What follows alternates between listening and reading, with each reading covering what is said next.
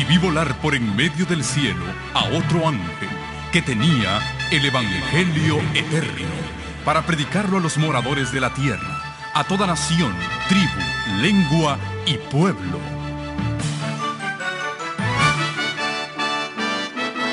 Con ustedes su programa cristiano con temas bíblicos de actualidad. Un programa que trae al mundo la verdad presente. Este es el Evangelio eterno.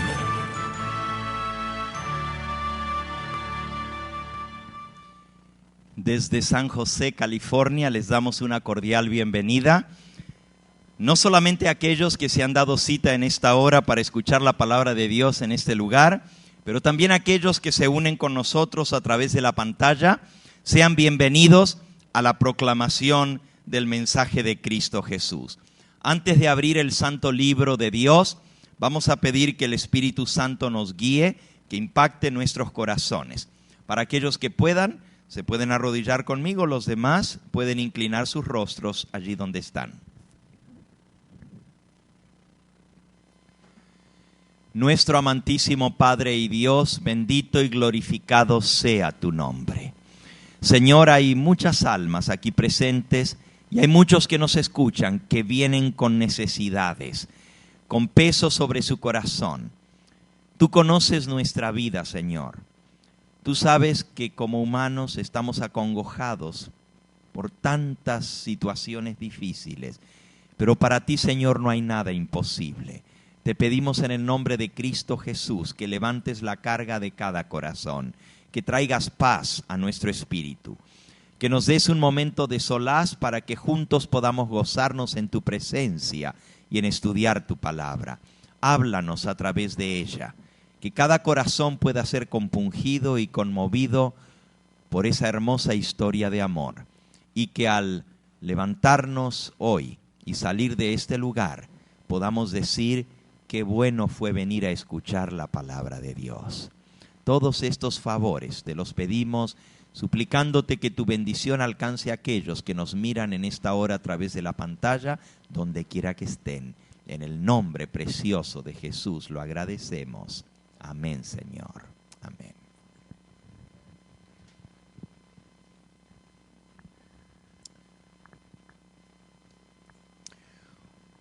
Una de las tareas más difíciles que le toca a un médico es emitir o expedir un certificado de defunción. Y normalmente el certificado de defunción debe llevar la causa de la muerte si ésta es aparente. Si alguno de ustedes hubiera sido médico en la ciudad de Jerusalén, allá en el año 31 de la era cristiana, y como médico le hubiera tocado expedir el certificado de muerte para un rabí que era de Galilea y que murió crucificado en las afueras de la ciudad de Jerusalén, un 14 de Nisán del año 31. ¿Qué hubiera puesto usted como médico en cuanto a la causa de la muerte de Cristo? ¿De qué murió el Señor Jesús? Miren la pregunta. Oficialmente, ¿qué fue lo que le causó la muerte a Jesucristo?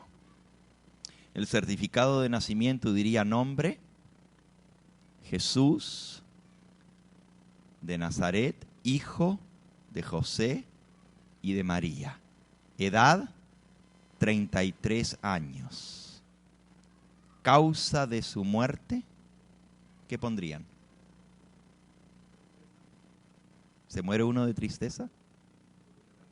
Pero literalmente, ¿qué fue lo que le quitó la vida al Hijo de Dios? ¿De qué murió? O sea, sabemos que murió crucificado. ¿Se murió desangrado? ¿Eso fue lo que le causó la muerte?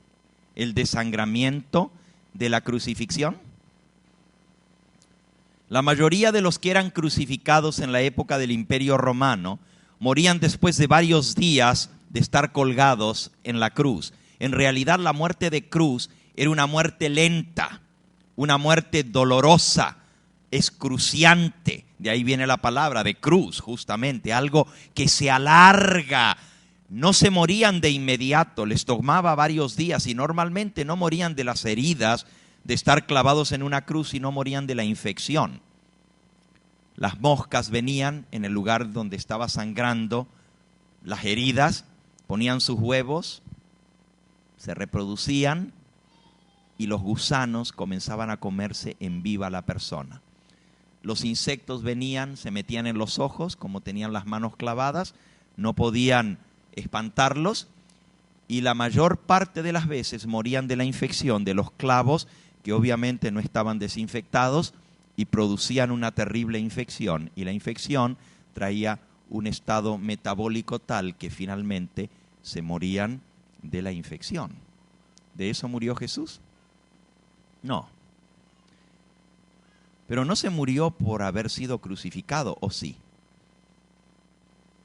Si hubiera sido muerte de crucifixión, pues le hubiera demorado varios días morir.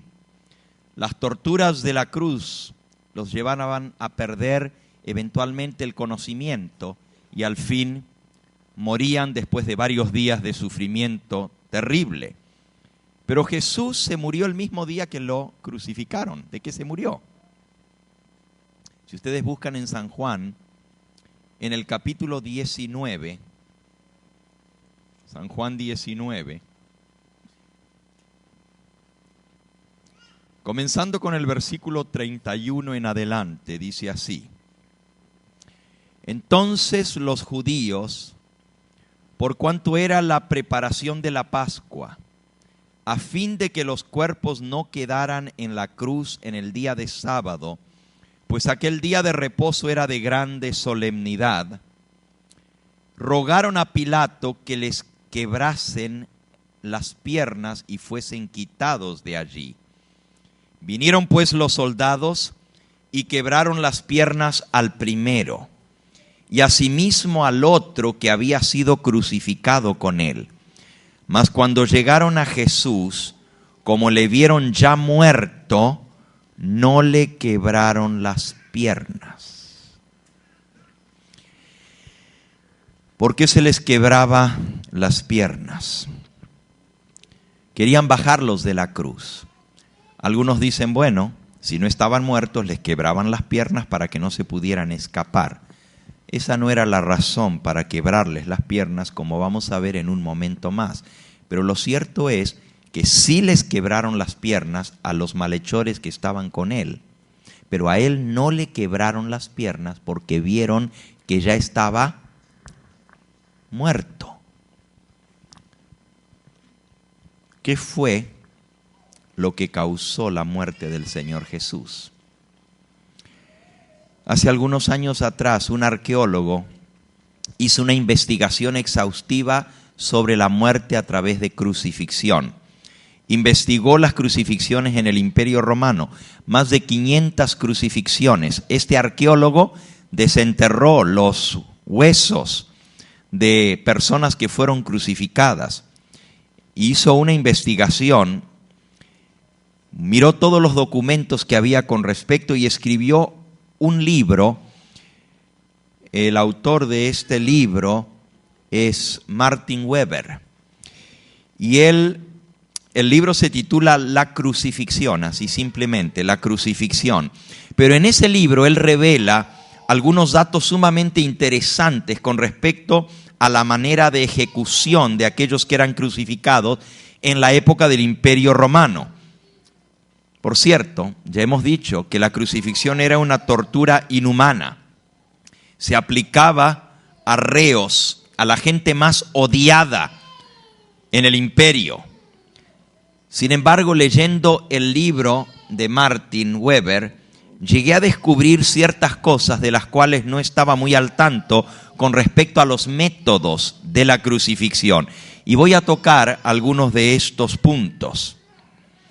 No solamente era la crucifixión una muerte atroz que tomaba bastante tiempo, sino que al entender un poquito más cómo se procesaban los que iban a ser crucificados, hay ciertos datos que nos muestran los tipos de dolores que sufría el crucificado eran mucho más crueles de los que habitualmente nos hemos imaginado. No solamente el momento de la crucifixión, pero especialmente lo que llevaba a la crucifixión. Claro, después de la película de Mel Gibson, la gente tiene una idea un poco más acertada de lo que era el flagelamiento. El flagelamiento era el azotar al reo antes de entregarlo para ser crucificado. ¿Y cuántos de los que están aquí? Bueno, no es para condenar a nadie, sino por saber, ¿cuántos de los que están aquí vieron la película de Mel Gibson, The Passion? ¿Okay? Yo no recomiendo a nadie que vaya al cine, pero sí les digo que si pueden ver esa película, la vean. No es que la película sea totalmente verdad. Hay muchas cosas que son ficción en la película. Sin embargo, hay muchas cosas que son ciertas. A mí me tocó verla y les digo que quedé tremendamente impresionado. Es más, se me hizo un nudo en el estómago, un dolor que sentía, y cuando estaban castigando a Cristo, y ustedes que vieron la película saben a lo que me refiero, era como que todo mi ser por dentro gritaba, basta, basta, ya no más, por favor, no más, porque es algo espantoso. Por siglos se ha pintado cuadros de la crucifixión de Cristo, y sin embargo esos cuadros tampoco son exactos, ni siquiera la película de Mel Gibson, aunque es muy realista y los investigadores dicen que es lo más cercano a lo que le pasó a Cristo, ni aún la película describe en totalidad los sufrimientos de Cristo. Las pinturas que nos vienen de la Edad Media, los pintores comenzaron a pintar muchos siglos después de que ya no se usaba la crucifixión. Así que no son exactas las pinturas ni cómo lo pintan. Por ejemplo, una de las cosas que descubrí es que los reos no eran crucificados de frente, sino las piernas de costado, de esta manera. Y las piernas se flexionaban. Cuando vemos las pinturas de la Edad Media de Cristo, lo pintan crucificado de frente y le ponen piadosamente un taparrabo para cubrirle sus partes privadas. Sin embargo, lo que descubrí en este libro es que todos los reos eran crucificados desnudos. Descubrí muchas cosas leyendo este libro y voy a compartir algunas de estas para ver si con esto podemos llegar a entender qué fue lo que le causó la muerte al Señor Jesús. Tomé algunas notas del libro y las tengo aquí. Las voy a compartir.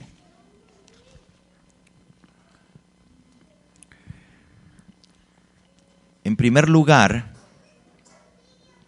en el caso del Señor Jesús, hubo algo muy interesante.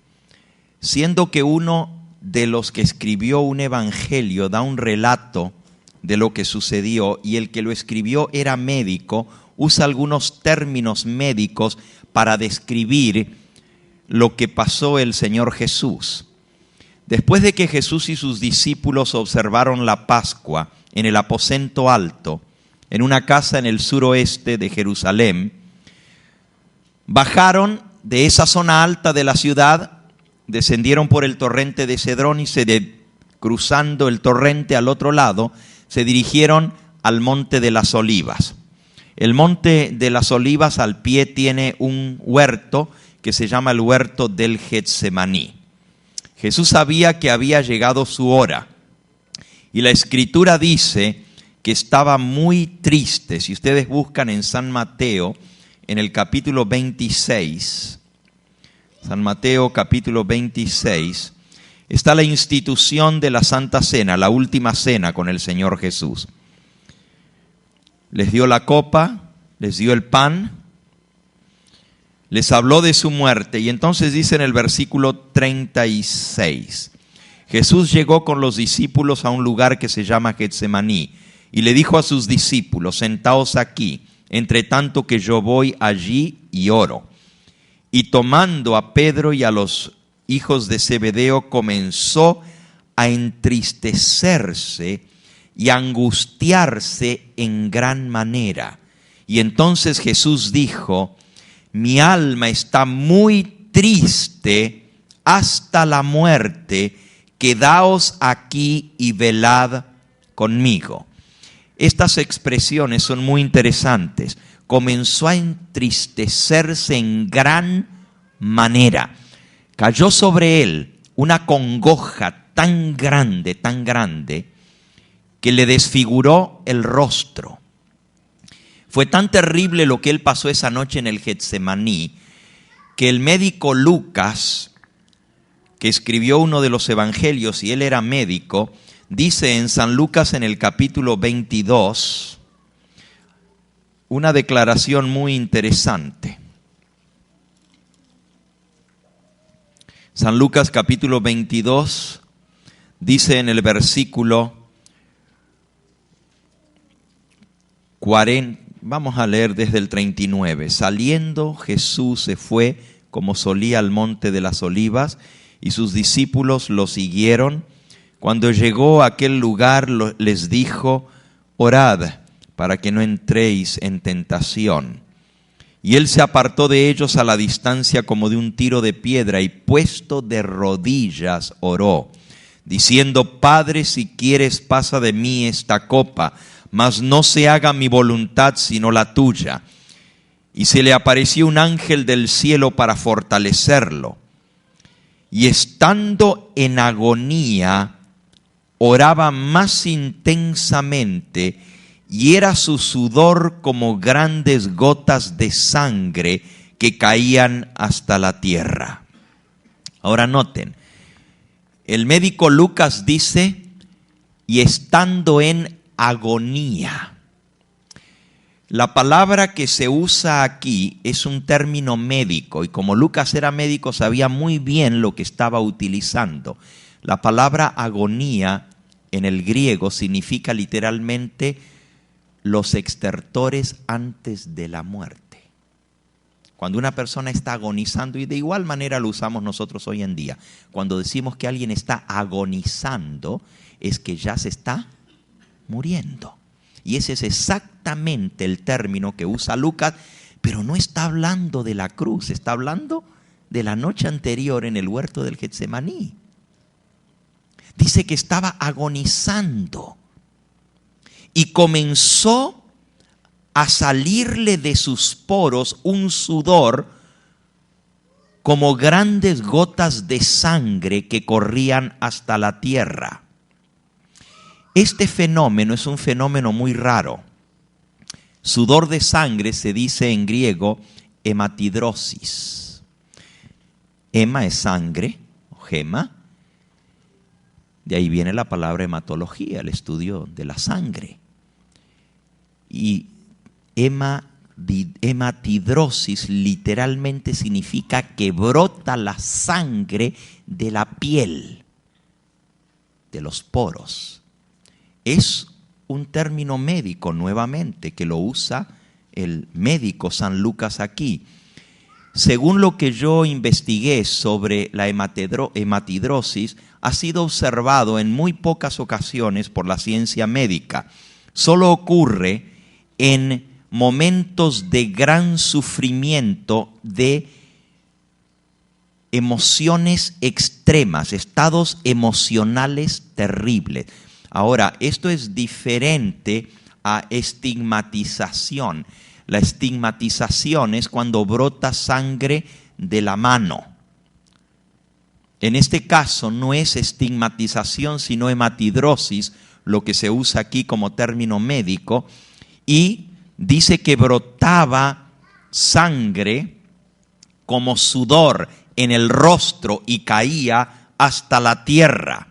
Como resultado de una hemorragia de las glándulas sudoríparas, la piel se torna sumamente sensitiva y frágil. La descripción de Lucas apunta directamente a un diagnóstico de hematidrosis. En vez de cromidrosis ecrina, o sea, la cromidrosis ecrina es un sudor color café, amarillento. En este caso era de color rojo, sangre que brota de los poros. Esto produce de inmediato un estado de hipovolemia, o sea, un semi-shock, y la persona entra en agonía. Cuando comienza a brotarle sangre de los poros, es que se están reventando las capilares por una intensa agonía, por una desesperación, un estado emocional extremo.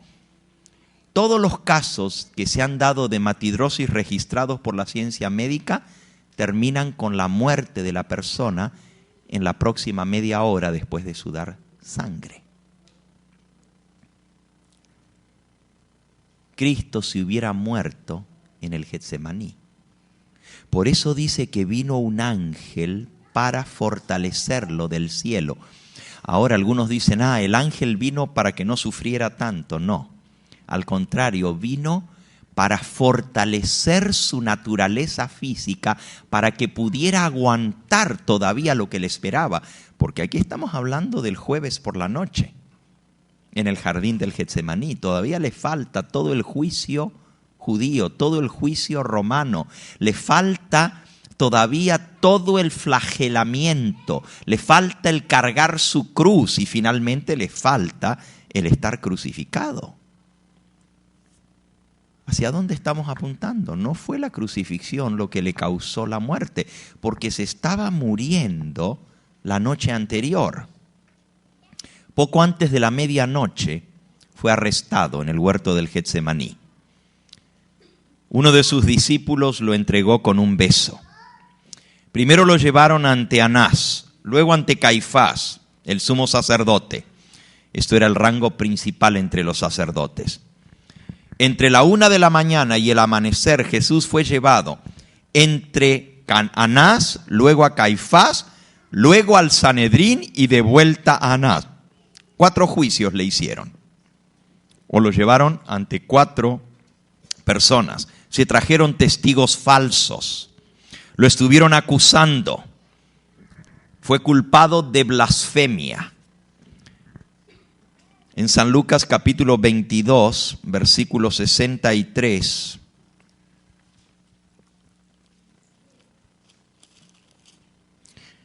Primero viene el arresto de Cristo en el huerto del Getsemaní y luego dice,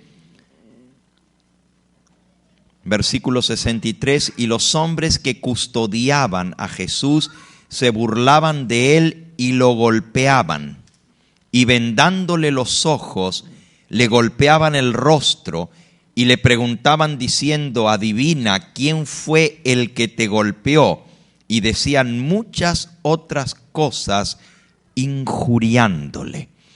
No solamente que fue juzgado entre la 1 y las 5 de la mañana 4 veces con testigos falsos, pero también se aprovecharon y abusaron de él físicamente. Comenzaron a golpearlo, le daban puñetazos, le daban trompadas, le daban bofetadas, le taparon los ojos, le golpeaban y luego le decían, adivina, ya que eres el Hijo de Dios, ¿quién fue el que te golpeó?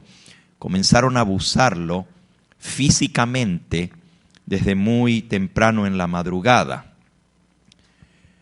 Luego se juntaron los ancianos del pueblo, versículo 66, los principales sacerdotes y los escribas, y lo trajeron ante el Sanedrín, ante el concilio, diciendo, ¿eres tú el Cristo? Dínoslo.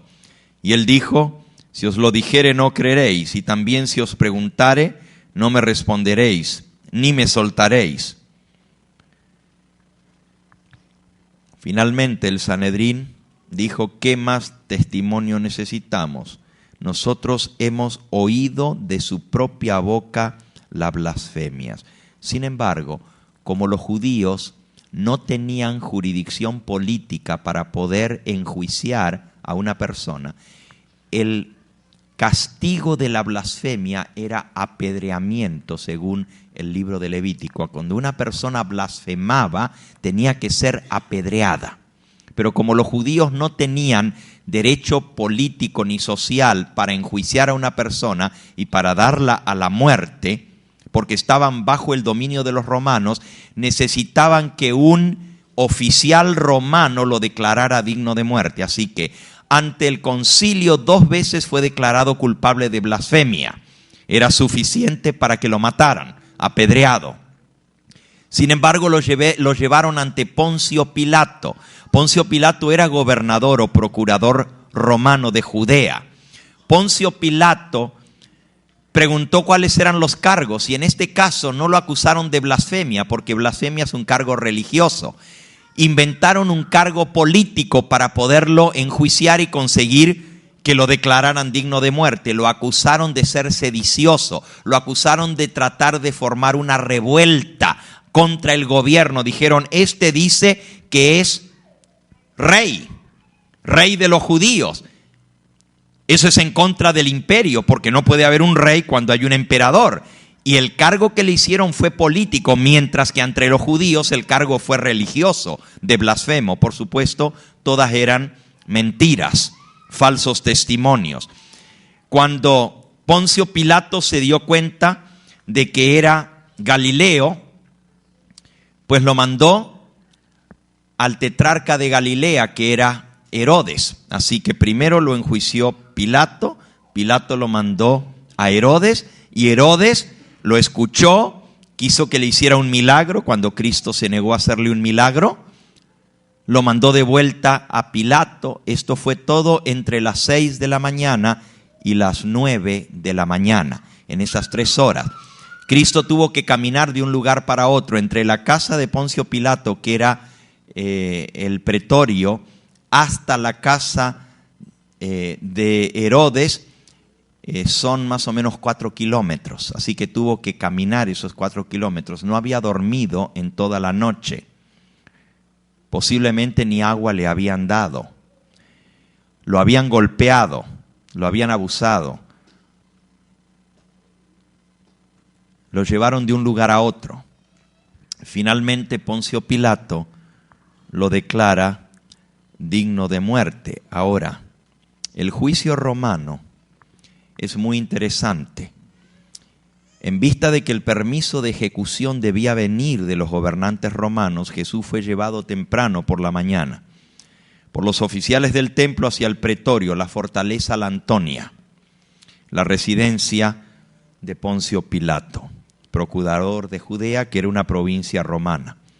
Sin embargo, Jesús no fue presentado a Pilato como blasfemo, como ya dijimos, sino como un sedicioso que quería implantar un gobierno terrenal.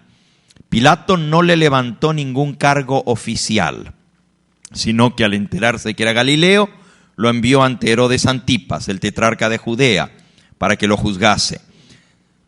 Sabiamente Herodes tampoco le levantó cargos oficiales, sino que lo devolvió otra vez a Pilato. Pilato no pudo encontrar bases legales para culparlo. Dijo, no encuentro ninguna falta en este hombre. Y él mismo declaró que era inocente. Pero el pueblo comenzó a gritar, comenzó en una turba a gritar contra Pilato, y él tuvo miedo que se le armara una revuelta y eso le iba a costar su puesto político.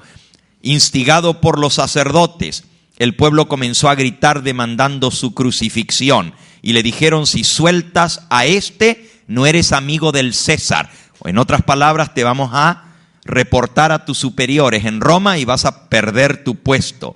Pilato finalmente accedió a las demandas y lo entregó para ser crucificado. Pero aquí es donde viene que según el juicio romano, todo reo que era entregado para ser crucificado tenía que ser azotado públicamente primero.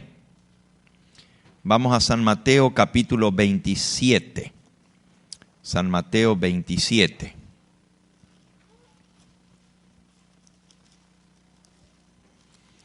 Dice en el versículo, vamos a leer desde el versículo 23. El gobernante, esto es Pilato, les dijo: ¿qué mal ha hecho? Pero ellos gritaban aún más, diciendo: sea crucificado. Viendo Pilato que nada adelantaba, sino que se hacía más alboroto, tomó agua y se lavó las manos delante del pueblo, diciendo: inocente soy yo de la sangre de este justo, allá ustedes. Y respondiendo todo el pueblo dijo: su sangre sea sobre nosotros y sobre nuestros hijos. Entonces le soltó a Barrabás, y habiendo azotado a Jesús, lo entregó para ser crucificado. Ahora, por favor, noten ustedes los procesos del enjuiciamiento de un reo entre los romanos. Después de ser declarado digno de muerte, el reo tenía que ser azotado. La razón para azotarlo, dice este libro sobre la crucifixión, era porque debían debilitar al reo. Antes de crucificar a una persona, los condenados eran primeramente flagelados cruelmente. El flagelamiento preliminar a la crucifixión, y toda persona que era crucificada primero tenía que ser azotada. La ejecución romana era totalmente legal, pero no podía ser ejecutada sin antes flagelar al reo. O sea, la ley romana decía que para poder crucificar a una persona, primero tenían que azotarlo. Los únicos que se escapaban del flagelamiento eran las mujeres, los senadores romanos o los soldados romanos, a menos que el cargo fuera de traición contra el gobierno. Entonces se permitía flagelarlos. El instrumento que se acostumbraba a usar no era un azote común, era un látigo corto, o sea, un mango de madera cortito. En ese mango de madera tenía atadas lonjas de cuero, cinchos de cuero, no uno, sino varios. El cuero era de variadas longitudes, en las que se ataban a lo largo de las cuerdas de cuero pequeñas piezas de huesos intercalados a intervalos, huesos filosos o también pedazos de vidrio. En el extremo de cada una de las cuerdas de cuero había una bola de hierro. A esta bolita de hierro se le llamaba una duela. Ese es el nombre, duela. De ahí viene el nombre, están de duelo, de la duela. La duela era una bola de hierro en la cual salían pequeños aguijones hacia todas direcciones. O sea, una bolita con puntas alrededor, al final de cada uno de los cinchos de cuero. Para ser azotado, un hombre era despojado totalmente de sus ropas. Sus manos eran atadas a un poste en la parte de arriba, y luego 2 soldados se alternaban para azotar la espalda, los glúteos y las piernas. La intención del flagelamiento era debilitar a la víctima hasta un estado de casi colapso. Era para dejarlo totalmente que no se resistiese a cuando le atravesasen las manos y los pies con los clavos. Como los soldados romanos golpeaban repetidamente la espalda de la víctima con tremenda fuerza, esas bolitas de metal llamadas duelas causaban contunciones profundas. Las cuerdas de cuero, los pedazos filosos de hueso y vidrio y las duelas no solo rasgaban la piel, sino que laceraban, destrozaban los músculos, los tejidos más profundos, dejando muchas veces descubiertas la columna y aún el esqueleto quedaba a la vista. Cuando le daban el golpe y se iban turnando, un soldado de un lado y el otro del otro, uno daba un azote, el otro daba el otro. Uno daba un azote, el otro daba el otro, y se iban contando los azotes. La ley romana no permitía que fueran más de 40 azotes. Y si moría el reo en los azotes, entonces iban a la cárcel los que lo habían flagelado. Por lo tanto, tenían que cuidarse de no pasarse en los azotes y estar seguro de mantenerlo con vida. Sin embargo, le destrozaban totalmente la espalda. Las bolas de hierro, las duelas, se pegaban en la piel, se pegaban en la carne, y al volver a arrancar el azote, venían con pedazos de carne pegados en las duelas.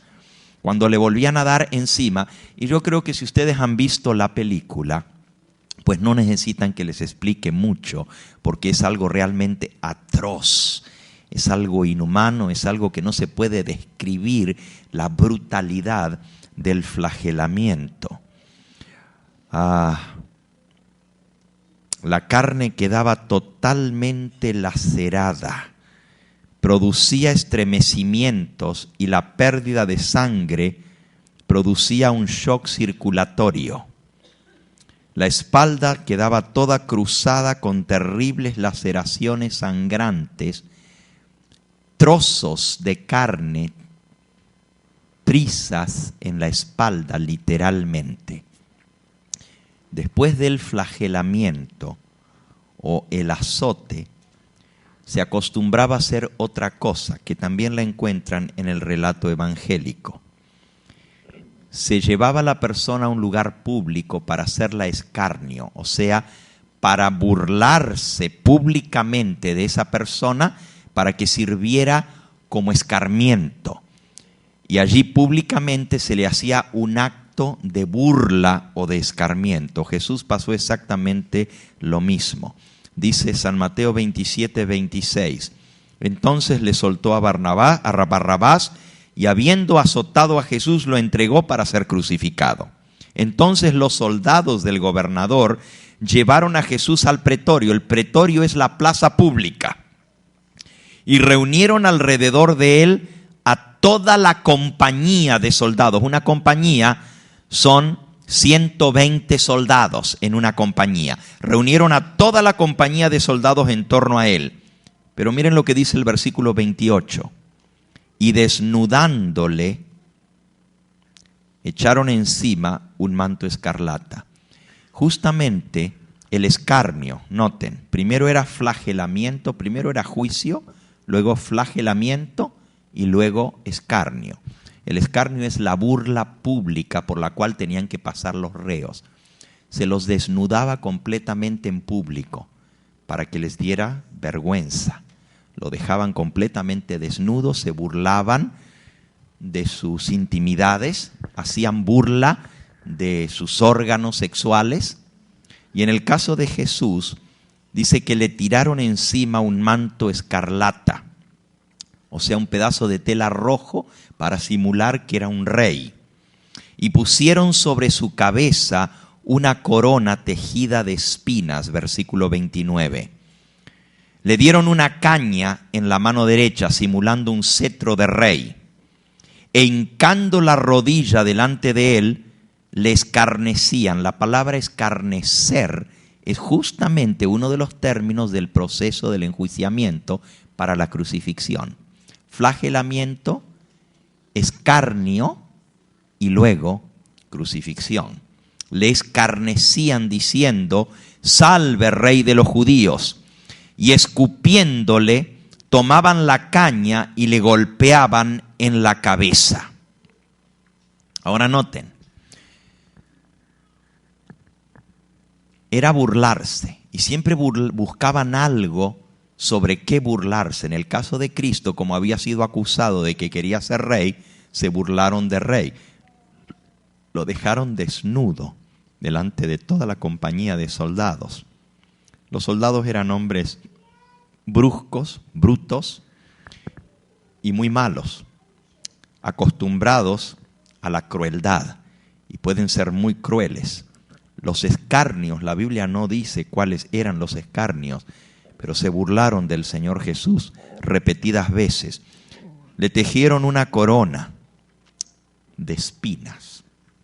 Yo estuve en Jerusalén muchas veces y por todas partes crece un arbusto que se llama corona de Cristo. Así se llama el arbusto hasta el día de hoy. Usted lo ve en los lugares vacíos, en los campos alrededor de Jerusalén, en los cementerios, crece ese arbusto. Es como una enredadera y tiene una característica. Tiene muchas espinas, pero no así como una rosa que tiene una espina por aquí y otra por allá. Toda la enredadera, todas las guías de la enredadera están llenas de espina. No son espinas muy largas como a veces pintan la corona de Cristo con unas espinas así de grandes. Son espinas más cortas, no son chiquititas, sino medianas.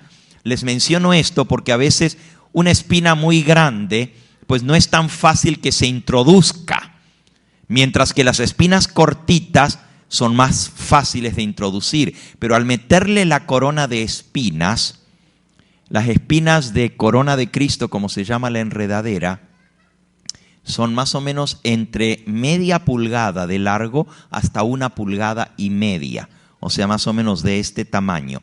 Pero al ponerle la corona de espinas, dice que le dieron un cetro de caña, pero luego le quitaron el cetro de la mano y con el cetro le daban arriba de la cabeza. En otras palabras, para hacer que se le clavaran las espinas en su sien. Cuando usted tiene una corona de espinas y encima le dan con un palo arriba de la corona, hace que las espinas se claven aún más.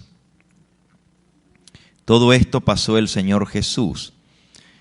Dice que luego que le echaron el manto escarlata, yo quiero que se imaginen por un momento, ¿cuánto duró el escarnio? Normalmente el escarnio duraba, según la ley romana, entre media y 1 hora. No sabemos cuánto duró en el caso de Cristo, pero por lo menos debe haber sido una media hora por la ley romana. Le echaron un manto escarlata arriba de la espalda lacerada después del flagelamiento. O sea, su espalda estaba toda lastimada y sangrando. Cuando usted pone una tela arriba de una herida, a los 5 minutos la sangre se coagula y se pega sobre la tela. Cuando le volvieron a sacar el manto, le volvieron a abrir las heridas, le arrancaron los pedazos de carne que tenía pegado en la tela. Ahí lo dice, escupiéndole, tomaban la caña, le golpeaban la cabeza. Versículo 31, después de haberle escarnecido, le quitaron el manto y le pusieron sus vestidos y lo llevaron para crucificarlo. Así que primero lo desnudaron públicamente, le echaron el manto grana, luego de escarnecerlo, burlarse de él por una media hora, le volvieron a quitar el manto grana y le pusieron esta vez sus propios vestidos y lo llevaron para crucificarlo. Todo esto causó un dolor atroz en nuestro Señor Jesucristo.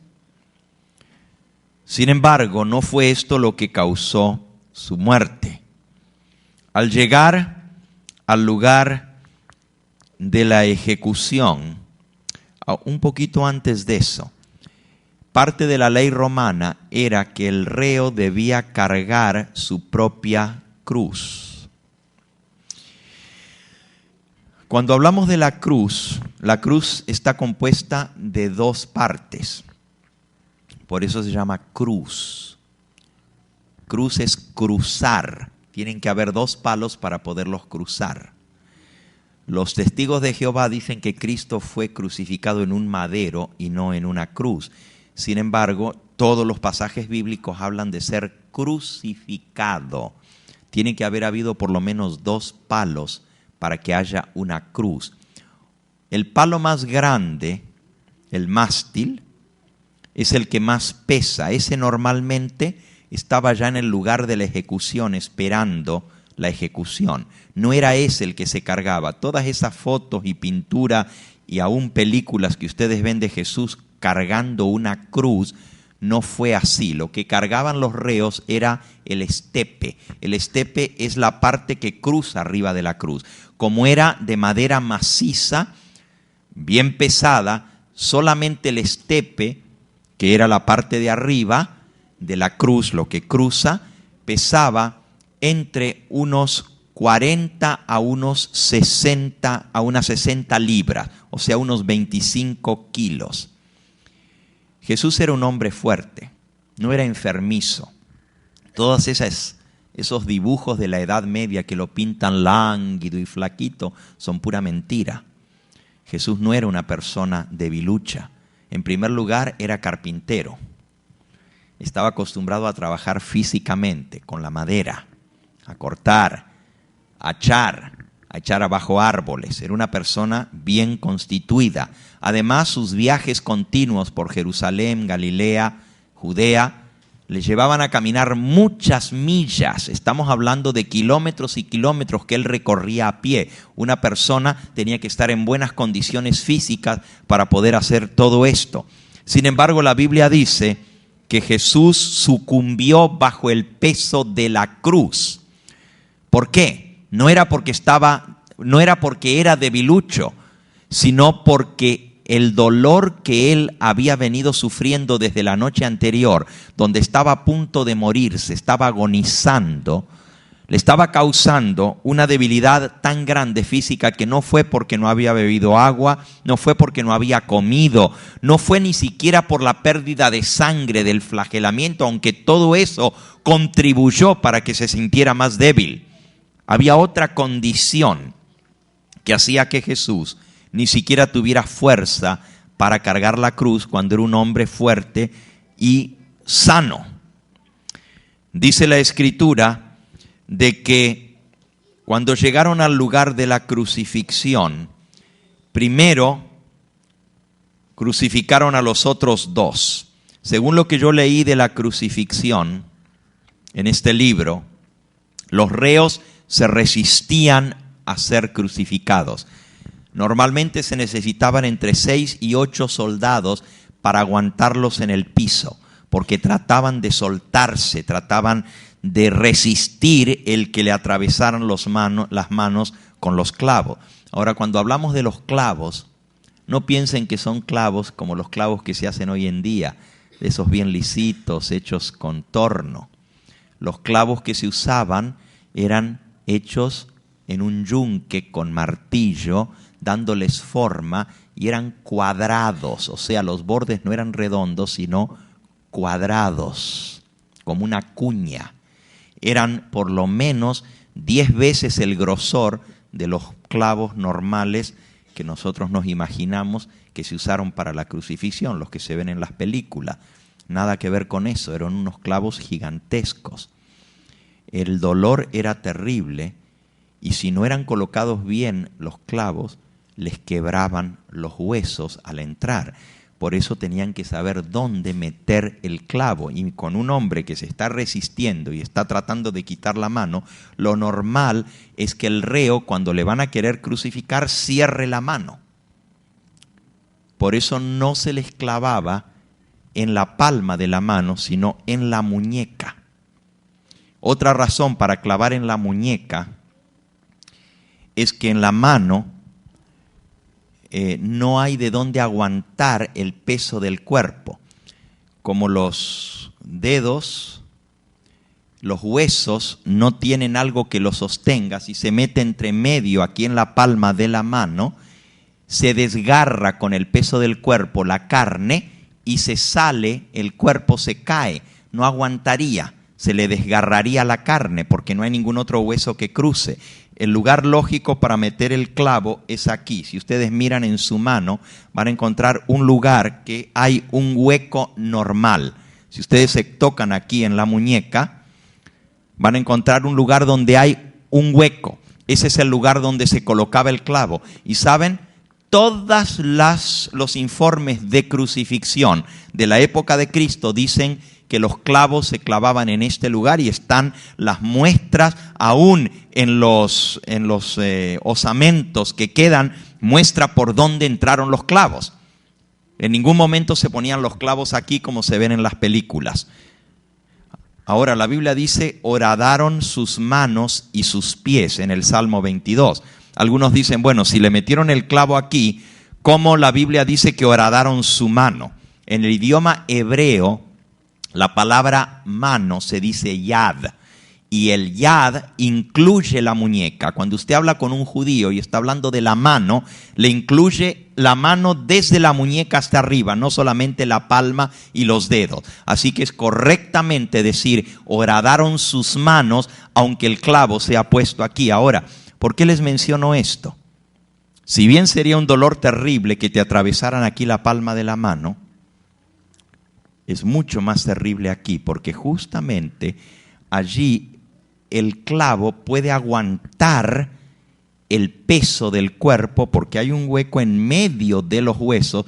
Yo traía unas vistas para mostrarles de todo esto, pero no se las pude mostrar en esta noche. Pero ahí se muestra exactamente por dónde entra el clavo y aguanta el peso del cuerpo. Pero lo que digo que es terrible es porque justo en este lugar es por donde pasan todos los nervios que van a la mano.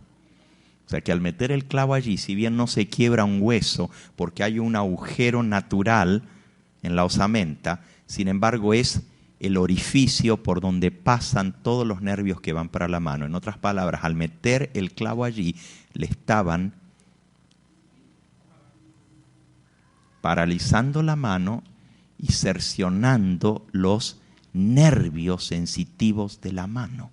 O sea, le estaban destrozando literalmente los nervios. El dolor es algo impresionante. No podemos entender lo que eso significa. El reo trataba de sacudirse, de soltarse entre varios soldados. Literalmente lo tiraban al suelo. Otra vez lo desnudaban. Nunca los reos eran crucificados vestidos. Y si nosotros vemos, la Biblia dice que también a Jesús le quitaron sus vestiduras. Tenía un manto tejido de una sola pieza. Y dice que los soldados, como se sorteaban las vestiduras del reo entre ellos, tiraban suertes sobre las vestiduras a quien le tocaba cada pieza de la vestidura. En el caso de Cristo, como su manto era de una sola pieza, no pudieron repartirlo, sino que tiraron suertes a ver a quién le tocaba el manto. Yo lo digo con mucho respeto, pero lo más seguro es que el Señor Jesús, según lo que yo he leído, fue crucificado desnudo.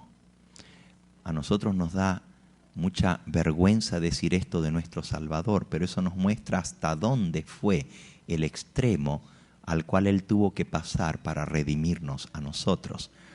Los pintores cristianos piadosos de siglos más tarde le ponen un taparrabo para cubrir su desnudez. Sin embargo, la Biblia dice que lo desnudaron, le quitaron sus vestiduras. El Señor Jesús no se resistió para ser crucificado. Él extendió sus manos y se dejó clavar. Al tirarlo al suelo, desnudo, la espalda otra vez está sangrando, porque al quitarle su manto, recuerden, toda su espalda está lastimada. Tuvo que cargar la cruz. Se volvió a pegar la ropa a su cuerpo en la sangre. Al sacarle el manto, le despegan otra vez la sangre coagulada y comienza a sangrar la herida. Al tirarlo al suelo, se le pega en la herida abierta el polvo, las piedras, todo lo que hay en el piso. Y no crean que era un piso lisito ni pavimentado. Estamos hablando de una montaña en la cual se horada, se hace un hueco de más o menos 1 metro de profundidad sobre la cual clavar la cruz. En ese lugar es donde lo pusieron en el suelo. Se le pegó todo esto sobre su espalda.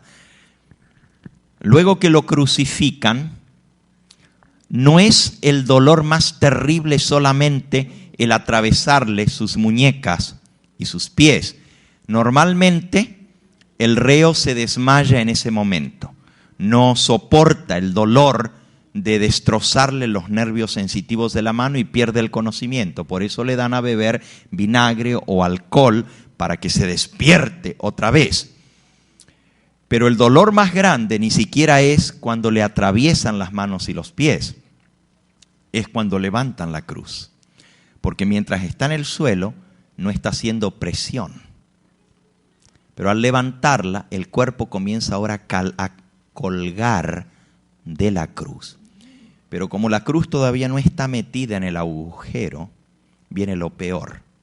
La van levantando con cuerdas entre varios soldados, van levantando hasta que la cruz está erguida.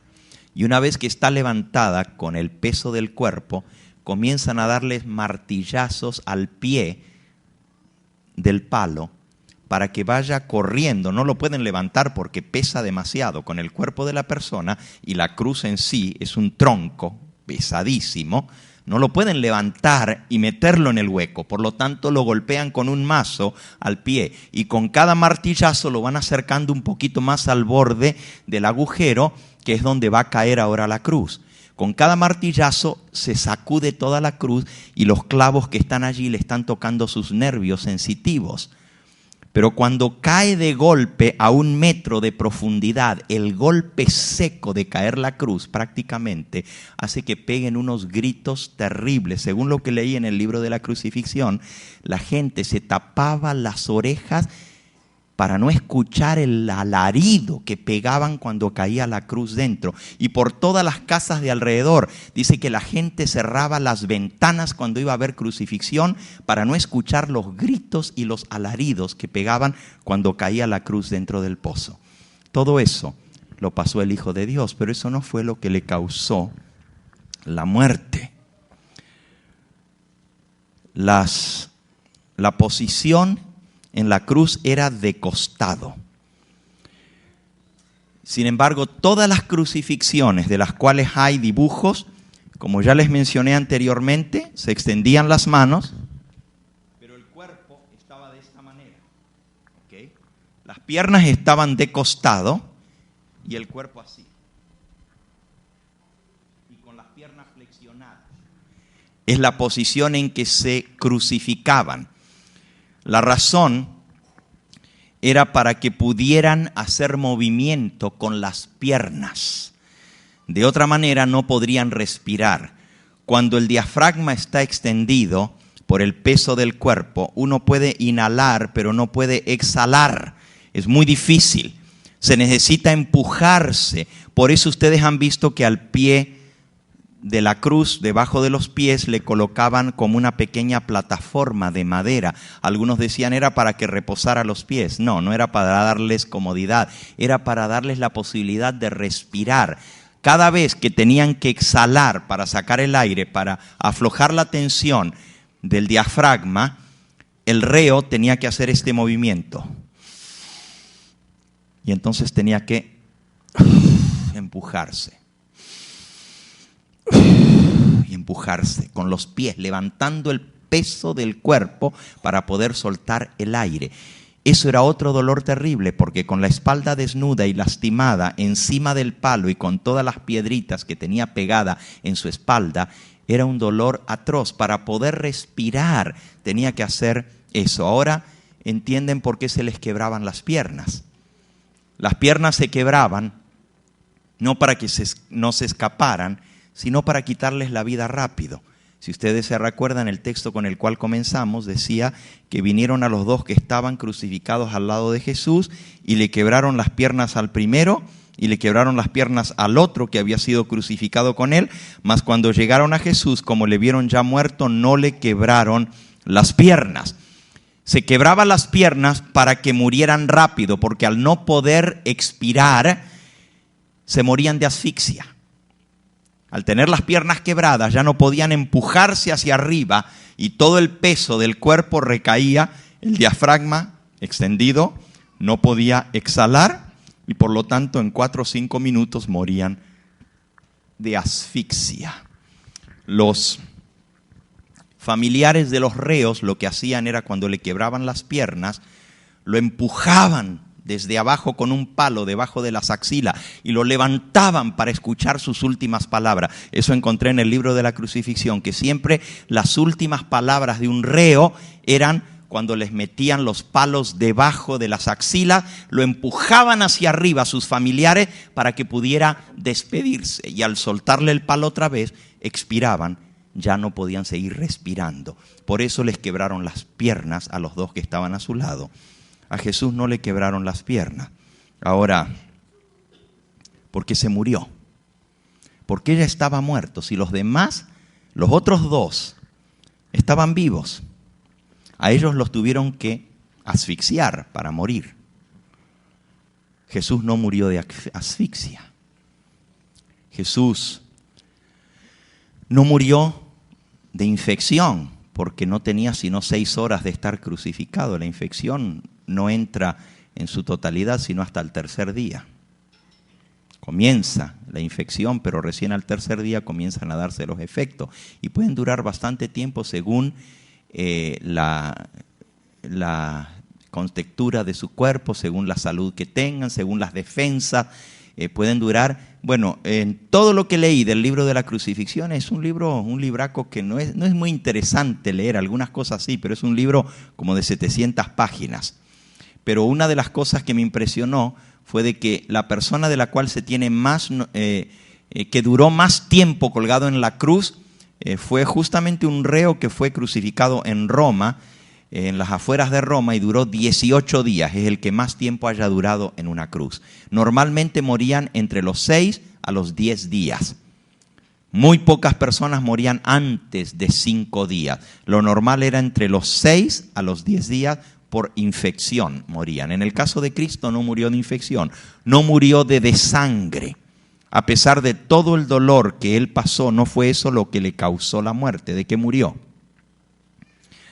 Bueno, gracias a Dios tenemos un testigo ocular. El apóstol Juan estuvo al pie de la cruz. Y él dice, o da un dato muy interesante. San Juan capítulo 19, versículo 33 en adelante. Cuando llegaron a Jesús, como le vieron ya muerto, no le quebraron las piernas. Pero uno de los soldados le abrió el costado con una lanza. Ahora noten, ese lanzazo no fue el que le causó la muerte. Dice que ya estaba muerto. O sea, no fue el lanzazo lo que lo mató, aunque le abrió el costado. Pero es lo que sucedió al darle el lanzazo lo que nos da un indicio de que murió. Dice, le abrió el costado con una lanza y al instante salió sangre y agua.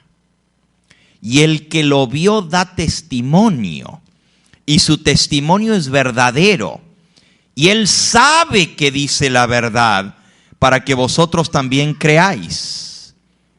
Porque estas cosas sucedieron para que se cumpliese la escritura, no será quebrado hueso suyo, y también otra escritura que dice, mirarán al que traspasaron.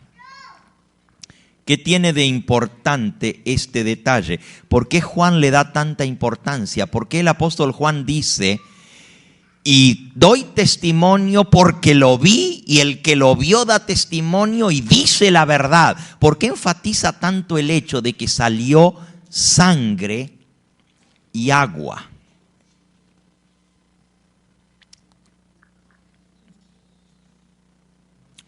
¿Podemos detectar la muerte del Hijo de Dios? ¿Sabemos de qué murió?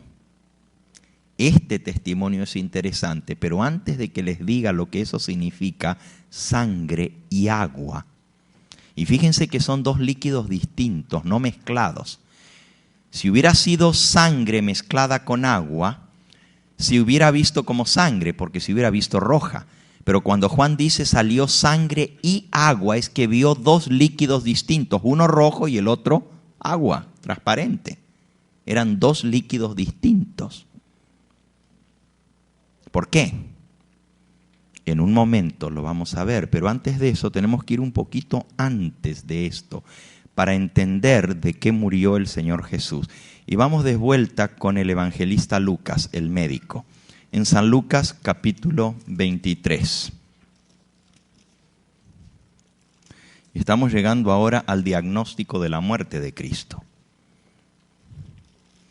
Dice en el versículo 40, vamos a leer desde el versículo 44. Cuando era como la hora sexta, las 12 del mediodía, hubo tinieblas sobre toda la tierra hasta la hora nona, hasta las 3 de la tarde. El sol se oscureció, el velo del templo se rasgó por la mitad, y entonces Jesús, clamando a gran voz, dijo: Padre, en tus manos encomiendo mi espíritu, y habiendo dicho esto, expiró.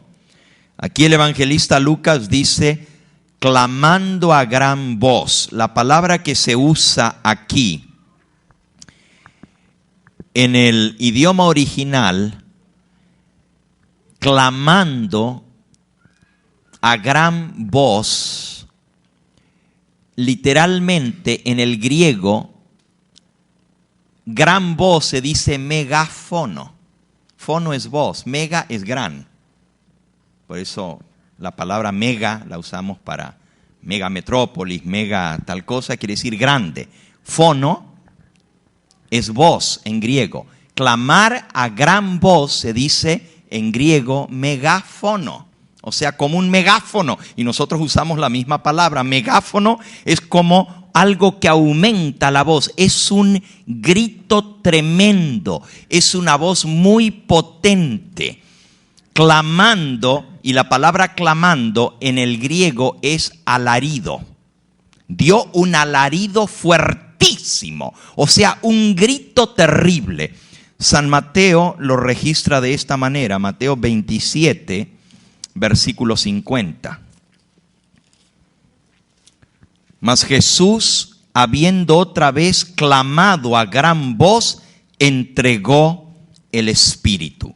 Ahora un poquito antes, en el versículo 46, dice, cerca de la hora novena, Jesús clamó a gran voz, otro grito, diciendo, Elí, Elí, lama sabactani. Esto es, Dios mío, ¿por qué me has dejado solo? ¿Por qué me has desamparado?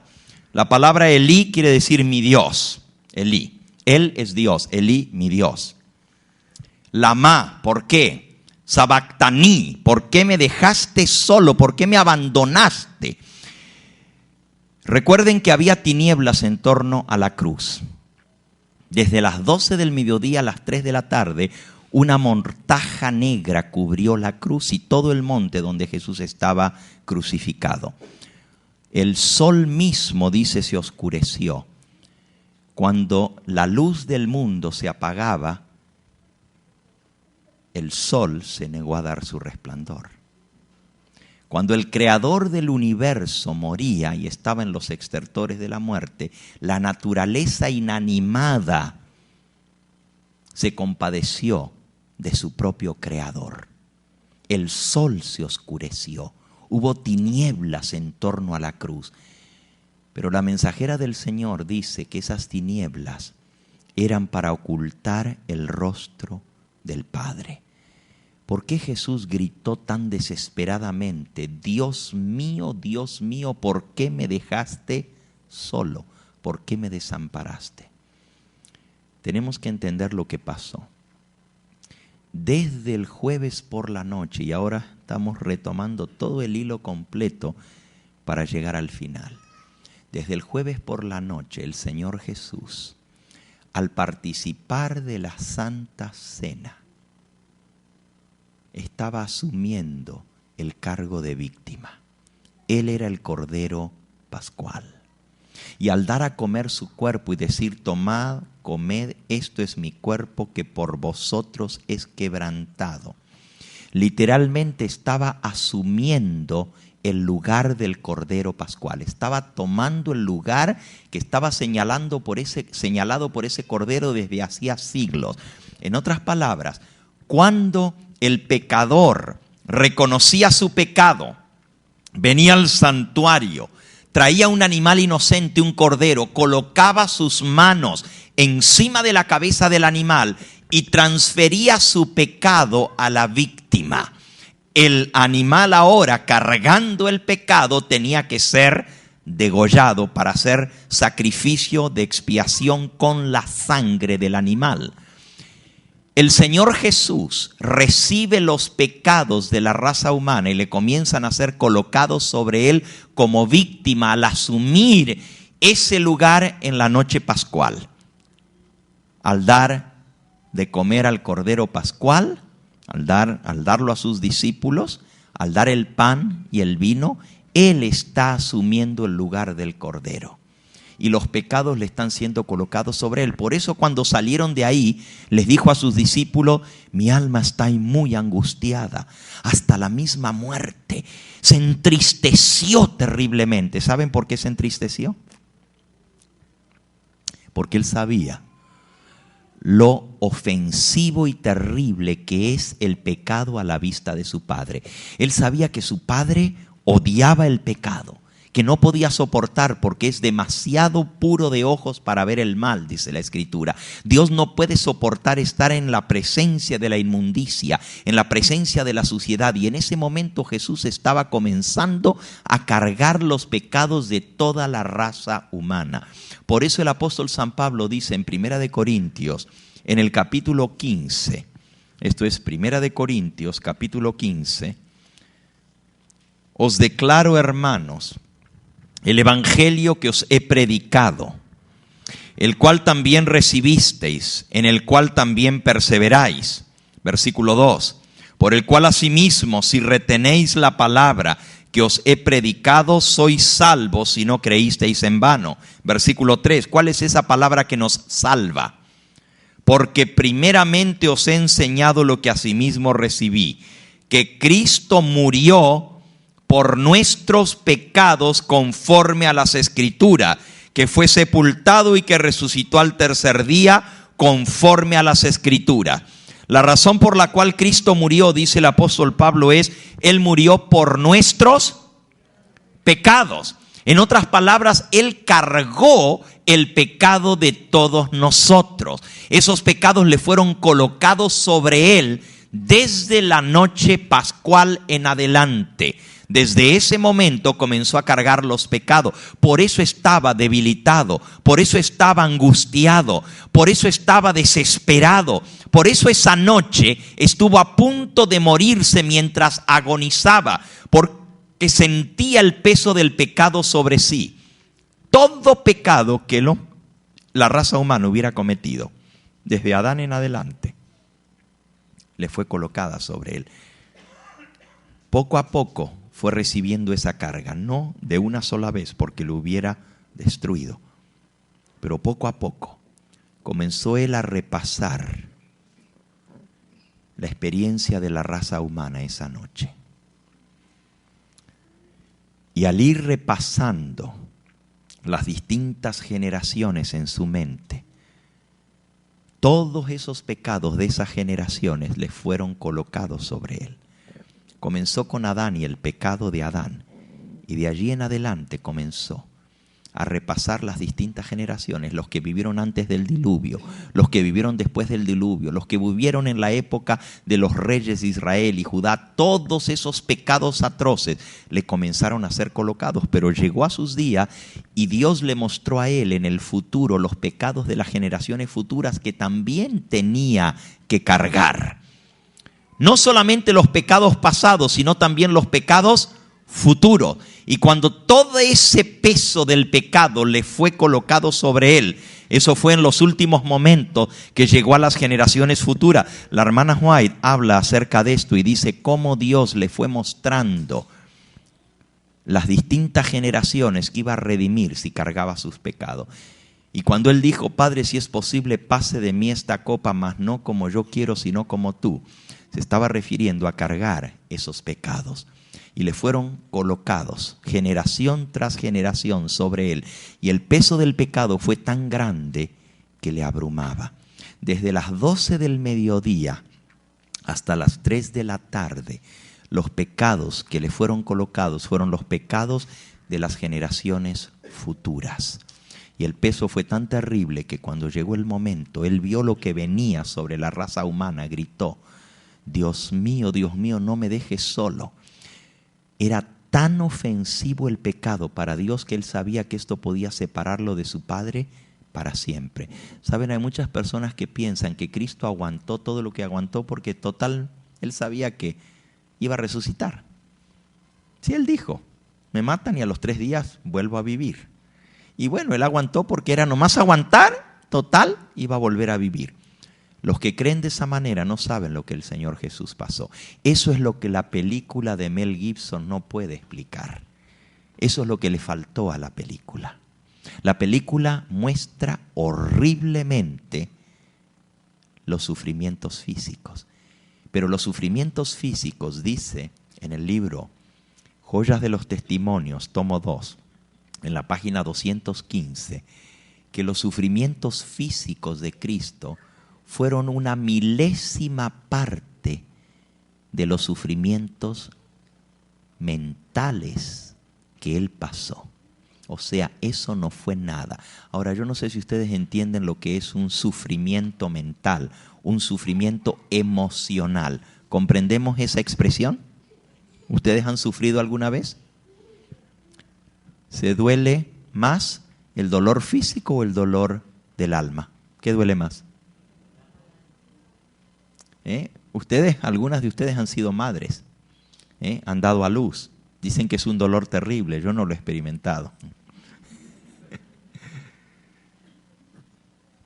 Pero dicen que es terrible. Sin embargo, con más de una persona que me ha tocado hablar, me han dicho que se quedaba chico el dolor del parto al dolor del alma. Hay momentos en la vida cuando el sufrimiento es tan grande que uno prefiere morirse a seguir vivo. Cuando el sufrimiento llega al colmo, y ahora vuelvo a lo que hablamos hace un momentito, persona que entra en estado hipovolímico, después de la hematidrosis pierde el conocimiento en el momento en que comienza a sangrar sangre de sus poros, Dios en su misericordia permite que esa persona que no puede soportar más la angustia se desmaye. Y nosotros lo hemos visto muchas veces, cuando el dolor es demasiado grande, la persona se desmaya. En el caso de Cristo, no se desmayó, tuvo que sufrir y aguantar todo el dolor. Por eso gritó en la cruz, Dios mío, ¿por qué me has dejado solo? Él pensaba que para siempre iba a quedar separado de su Padre. Dice, los que no entienden lo que Jesús pasó, el peso y la angustia mental que Él sufrió por el pecado, no saben lo que es la expiación.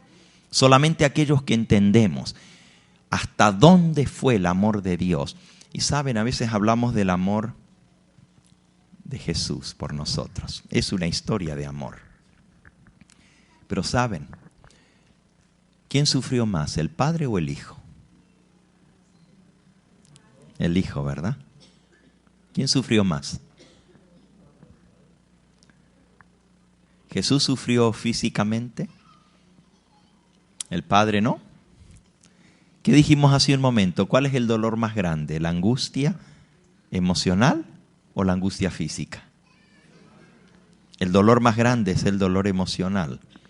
Cuando los judíos dijeron, su sangre caiga sobre nosotros y sobre nuestros hijos, no sabían lo que decían.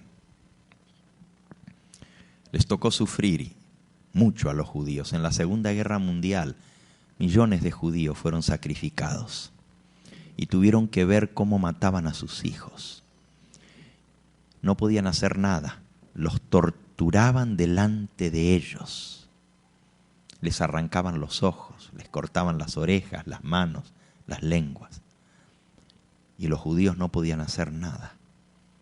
Eran impotentes para evitar el sufrimiento de sus hijos. Yo te pregunto a ti, como padre o madre, ¿no preferirías tú sufrir antes que ver a tu hijo sufrir? Toda la vida, ¿verdad? Pues el padre estaba viendo desde el cielo cómo trataban a su hijo. Nosotros podemos ver a uno de nuestros hijos sufrir y a veces no podemos hacer nada para aliviar su dolor. Somos impotentes para quitarle la angustia. Pero Dios sí podía hacer algo. Dios, con solo haberlo pensado, con que solo se le hubiera pasado por la mente como un flash, podría haber eliminado el dolor de su hijo, podría haber dicho: basta, hijo, suficiente, ven de vuelta conmigo. No tienes por qué aguantar todo esto. El padre podría haber dicho que se acabe todo esto y con solo chasquear los dedos podría haber borrado al planeta Tierra de su existencia con solo pensarlo. Borrón y cuenta nueva. Comencemos otra vez. Esto se acabó y sin embargo el padre aguantó todo eso. El padre vio cómo a su propio hijo le escupían en el rostro.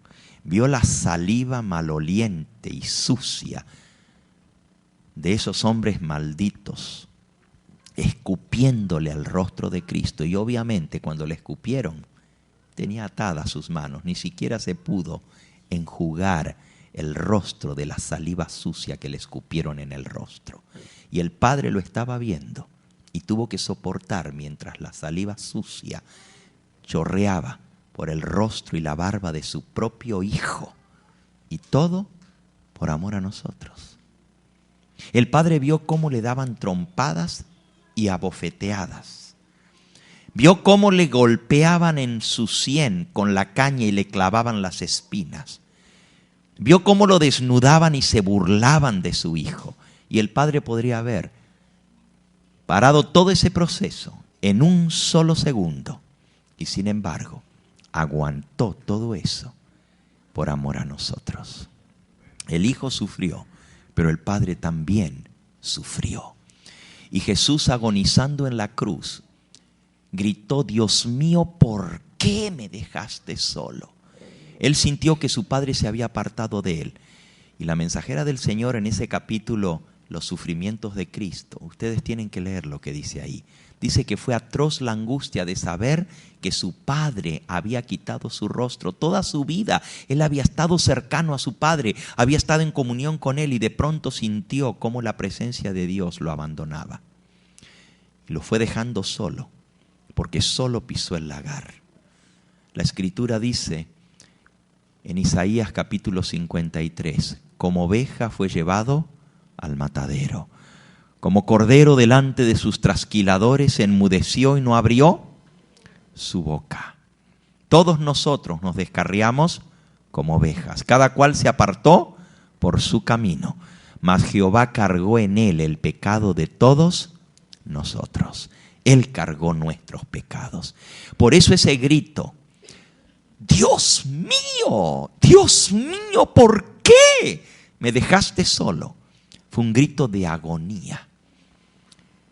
Pero el segundo grito, que muestra también la angustia emocional y mental que pasaba el Hijo de Dios, dice que lanzó un alarido e inmediatamente murió. Y ahora llegamos a entender cómo murió. Los informes médicos dicen que cuando una persona muere por una angustia terrible y literalmente muere de angustia, porque siempre tiene que haber una causa física para la muerte.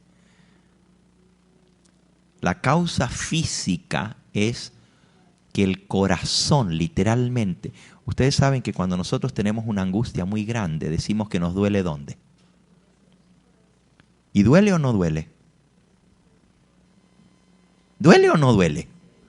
Bueno, si usted ha pasado por una angustia, uno siente la presión aquí.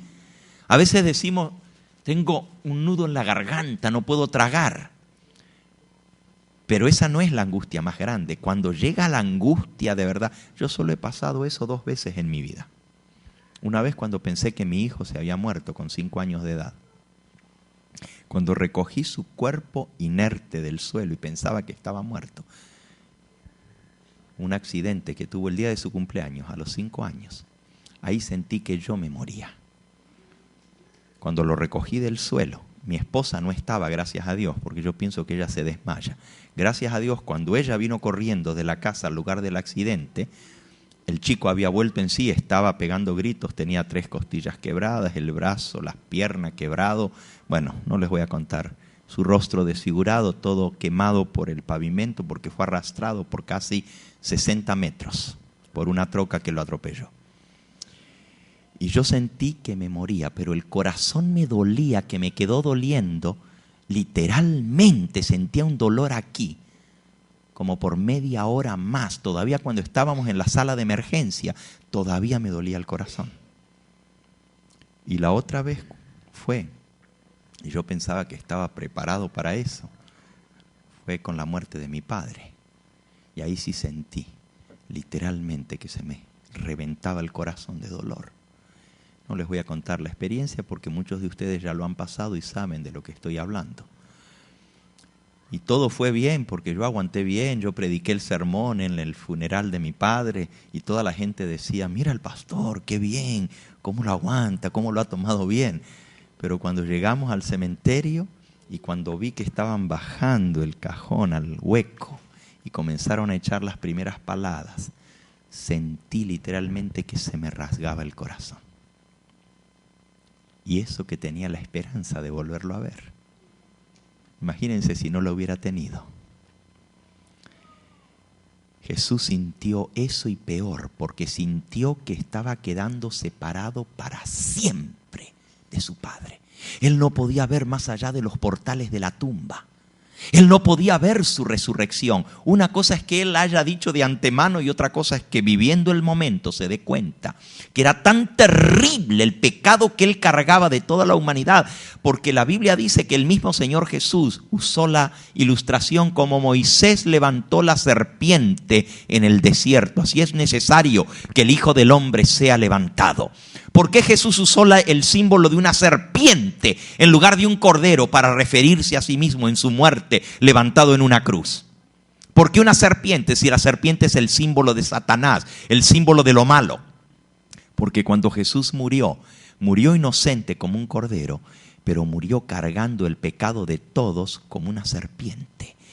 Al que no conoció pecado por nosotros fue hecho pecado, para que nosotros fuésemos hechos justicia de Dios en él. Él murió como el peor de los pecadores, murió como un reo, murió como un asesino, murió como un violador, murió como un pervertido sexual. Él cargaba todos los pecados de la humanidad, todo pecado que jamás se haya cometido, por atroz que sea, por horrible que sea, él lo estaba cargando en ese momento. Así es como él se sentía. Y al sentir con el pecado, porque Dios le mostró en vista panorámica a toda la humanidad que había venido a rescatar y los vio a todos. Y cada uno de esos que veía les estaba cargando el pecado encima. Y Dios le seguía cargando y le seguía cargando y le seguía cargando el pecado de toda la humanidad hasta que su corazón no aguantó más. Y sabiendo el desagrado de su padre por el pecado, pensó, no soporto más. Para siempre voy a quedar separado de mi Padre. Y eso fue lo que le hizo pegar ese grito, el primero. Dios mío, ¿por qué me dejaste solo? Y no era solo por el momento, él pensó que era solo para siempre. Y el segundo grito que pegó terminó con su vida. Literalmente su corazón explotó. Eso fue lo que sucedió. De eso murió el Señor Jesús. Murió de una angustia tan grande que su corazón literalmente se rupturó, se partió. Según lo que yo he leído, sangre y agua se separan con una angustia terrible. Y para que hayan salido los dos líquidos por separado es que Jesús tuvo que morir de angustia. Es la única explicación que tenemos para que hayan salido de su costado sangre y agua aparte. Jesús murió de una angustia terrible por haber sido dejado solo por su Padre. Y sin embargo estuvo dispuesto a hacerlo por ti y por mí. Un cristiano tuvo un sueño. Más bien era una pesadilla. En ese sueño el cristiano veía cómo trataban al Señor Jesús. Lo vio en el huerto de Getsemaní. Lo vio sudando sangre. Quería llegar y enjugar su sudor en el sueño. Lo vio siendo entregado por Judas, llevado por las calles solitarias de Jerusalén, en medio de una turba. Vio el rostro de maldad y odio que había en el corazón de aquellos que lo apresaron. Lo vio frente a Anás, luego llevado ante Caifás. Vio cómo los soldados lo injuriaban, vio cómo los falsos testigos lo acusaban, diciendo mentiras. Vio todo el juicio, lo vio a Pedro negándolo. Todo eso se le mostró en el sueño a este cristiano. Vio cómo era llevado ante Poncio Pilato, ante Herodes, de vuelta a Pilato. Vio cómo lo desnudaban. En el sueño se cubrió el rostro para no ver la desnudez del Hijo de Dios. Y este cristiano vio cómo le cargaban una corona de espinas, cómo lo golpeaban, cómo le daban bofetadas y trompadas. Vio todo y estaba desesperado en el sueño. Lo vio cargar la cruz y caer bajo el peso de la cruz. Lo vio llegar al lugar de la calavera, lo vio extendido en el suelo. Y finalmente, cuando vio que ese soldado romano comenzó a levantar el martillo y a golpear con fuerza, pegó un grito en el sueño el cristiano.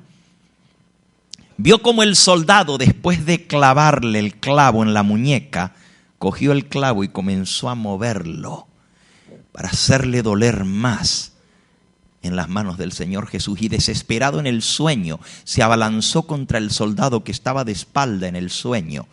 Y lo agarró y le dijo: no le hagas eso, no le sigas haciendo eso. Y el soldado se volteó y, horror de horrores, en el sueño, el rostro del soldado era su propio rostro. Ese fue el sueño de un cristiano. Y aunque fue un sueño, es una de las terribles realidades que tenemos que enfrentar. Ese soldado que le estaba removiendo el clavo en la herida a Cristo, somos cada uno de nosotros. Nosotros fuimos los que hicimos morir al Señor Jesús por nuestros pecados. Él tomó nuestro lugar. Él pagó lo que nosotros teníamos que pagar. Y por nuestra culpa, Él murió. Si nosotros entendemos que somos los que causamos la muerte del Señor Jesús, entenderemos la historia más grande del amor de toda la humanidad. Por ti y por mí el Salvador murió. Y a todo esto, quiero que leas nuestro último versículo en esta noche, en Isaías 53. Ahí está el llamado de Dios para ti y para mí. Quiero que lo medites profundamente. Isaías, capítulo 53.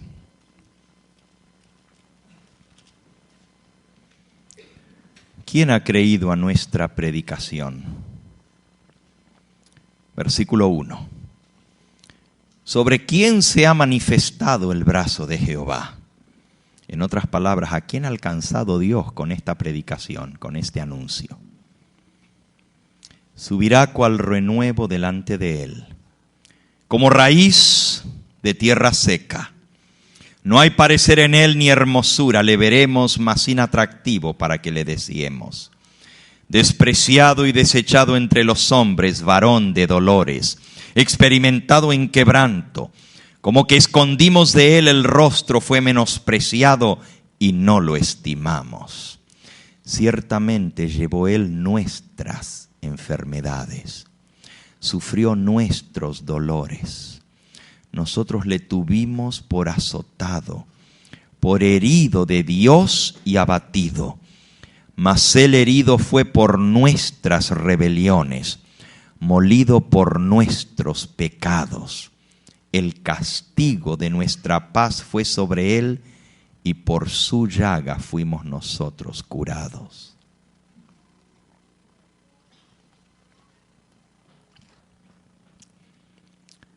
Todos nosotros, versículo 6, nos descarriamos como ovejas. Cada cual se apartó por su camino, mas Jehová cargó en él el pecado de todos nosotros. Angustiado, afligido, no abrió su boca. Como cordero fue llevado al matadero, como oveja delante de sus trasquiladores, enmudeció y no abrió su boca. Por cárcel y por juicio fue quitado. Y su generación, ¿quién la contará? Porque fue cortado de la tierra de los vivientes, y por la rebelión de mi pueblo fue herido. Se dispuso con los impíos su sepultura, mas con los ricos fue en su muerte, aunque nunca hizo maldad, ni hubo engaño en su boca. Con todo esto, Jehová quiso quebrantarlo, sujetándole a padecimiento. Cuando haya puesto su vida en expiación por el pecado, verá linaje, vivirá por largos días, y la voluntad de Jehová será en su mano prosperada. Verá el fruto de la aflicción de su alma y quedará satisfecho. Por su experiencia justificará mi siervo justo a muchos y llevará las iniquidades de ellos.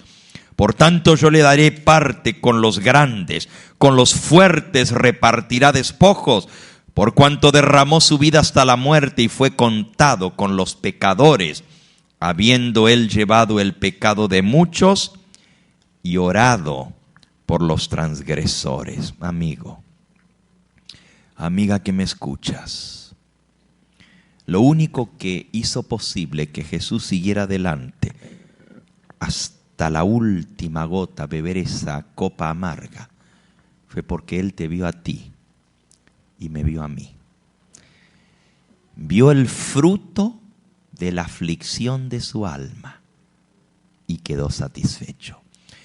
Cuando Dios le mostró al Hijo las generaciones y fue pasando en revista, y saben, cuando una persona está a punto de morir, dicen muchos que a veces en un flash de segundos antes de la muerte se le muestra toda la vida en un flash. ¿Han escuchado ustedes eso? Que en cortito tiempo la persona vuelve a revivir todas las escenas de su vida.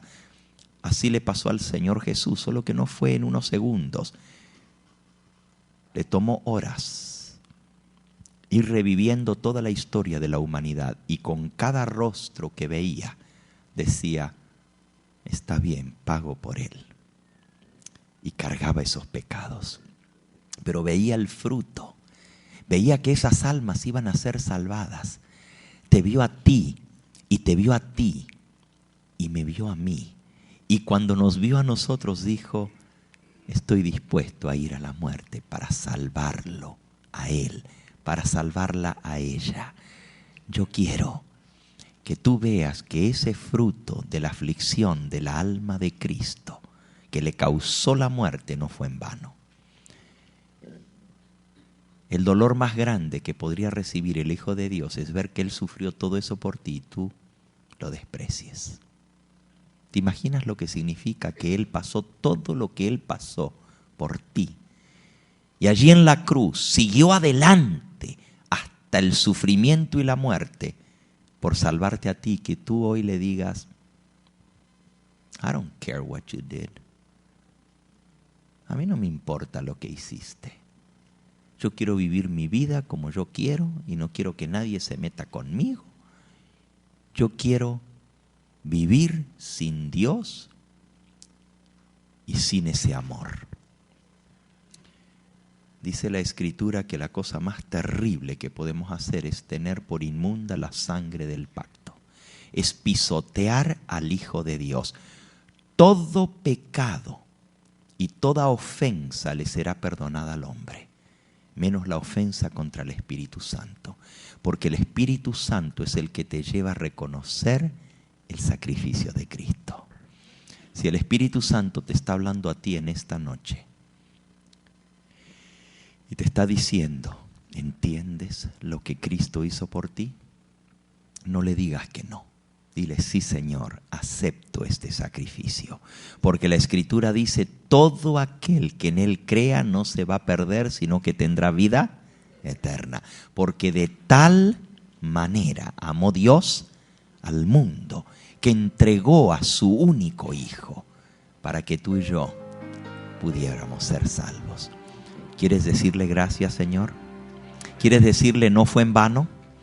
¿Quieres decirle: Señor, todo lo que tú hiciste por mí, yo lo acepto?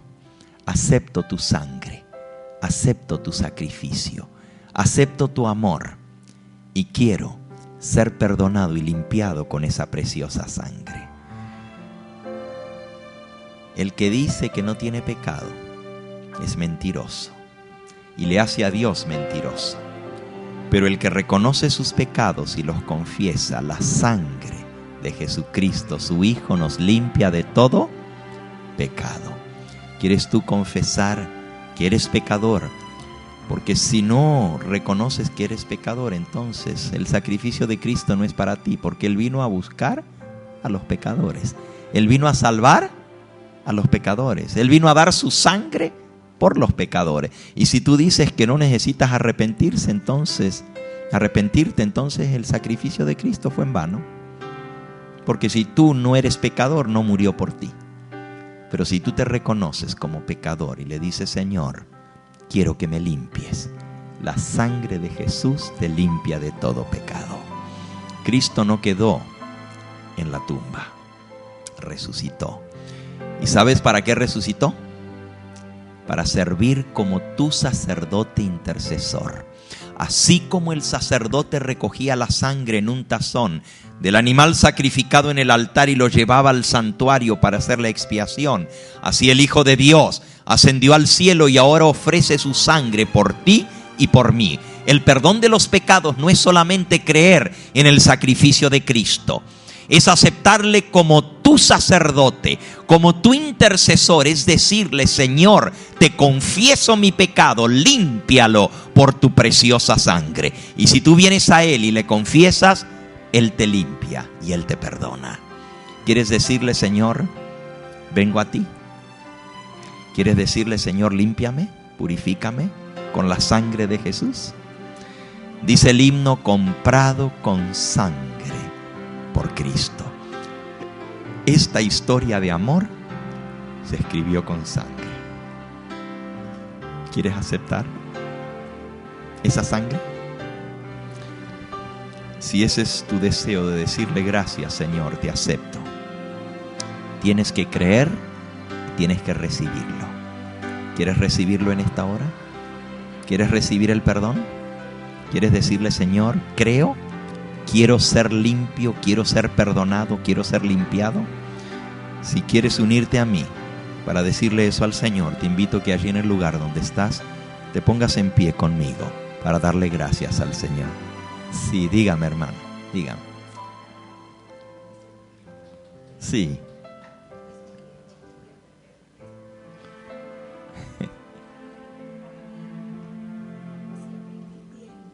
Venga, dígala. Pero primeramente quiero pedirle, pues así se me olvida, o sea, porque ya la mente no funciona igual. Entonces, después que se ha hablado tanto de la crucifixión y de Jesús, bueno, dice así la poesía: Señor de los tristes, Señor de los mansos, que por suave y bueno estuviste en la cruz, tú que por los hombres tu sangre vertiste, desciende a la tierra y derrama tu luz. No irás a los hombres a hablar de otra cosa que de hambre y de guerra, de pólvora y gas. El odio se viste de frases hermosas, pero va agazapada la muerte detrás. Señor, por los viejecitos que tiemblan de frío, por los pobres niños que gimen de horror, por los ambiciosos que en loco desvío han dado al olvido la fe y el amor. Señor, haz que cese la guerra maldita, se abracen los hombres y no luchen más, y haz de tu divina piedad infinita de cada trinchera un templo de paz. Por todas las madres enfermas de ausencia y por las privadas de todo sostén, desciende a la tierra, alumbra conciencia y haz que terminen los odios. Amén. Amén. Amén. Vamos a ponernos en pie y vamos a darle gracias a Dios, porque ese Señor que una vez murió, resucitó, está a la diestra de Dios, y como dijo en la poesía la hermana, va a volver otra vez a la tierra a buscar a aquellos que le recibieron, aquellos que le aman y esperan su venida. Que tú y yo podamos estar listos para esa venida. Antes de orar, quisiera preguntar: ¿hay alguna persona aquí que aún no ha tomado el paso más importante de toda su vida, que es reconocer al Señor Jesús como su Salvador y ser lavado en las aguas del bautismo, porque fue el Señor Jesús el que dijo: el que creyere y fuere bautizado será ¿qué? Salvo, mas el que no creyere será condenado. ¿Hay alguno aquí que necesita tomar ese paso? Quizás hay alguien aquí que una vez fue bautizado, pero se apartó del camino del Señor, se fue otra vez por esos caminos de esta vida, le dio las espaldas a Cristo y hoy el Señor lo trajo para volver a hacer un pacto con Él de salvación. ¿Hay alguien aquí que quiere decir: Señor, yo sé que tú me trajiste aquí en esta noche, yo necesitaba escuchar esa historia de amor, yo quiero que tú me limpies, yo quiero que tú me salves? Amén. Señor le bendiga. ¿Hay alguien aquí que aún no ha tomado el paso del bautismo? Yo quiero orar especialmente si hay aquí una persona que necesita prepararse para el bautismo. Levanta tu mano ahí en el lugar donde estás. Yo quiero orar especialmente por ti. Amén. El Señor te bendiga, joven. Alabado sea su nombre. ¿Hay alguien más que aún no ha tomado el paso del bautismo, que Dios lo trajo aquí en esta noche? ¿Hay alguien más? Quizás hay alguien aquí que una vez fue bautizado, pero necesita volver a comenzar de nuevo, porque por cosas que ni vale la pena recordar, se ha apartado del Señor Jesús y sabe que le ha hecho doler, sabe que usted fue el que le removió el clavo en la herida al haberle dado la espalda al Señor.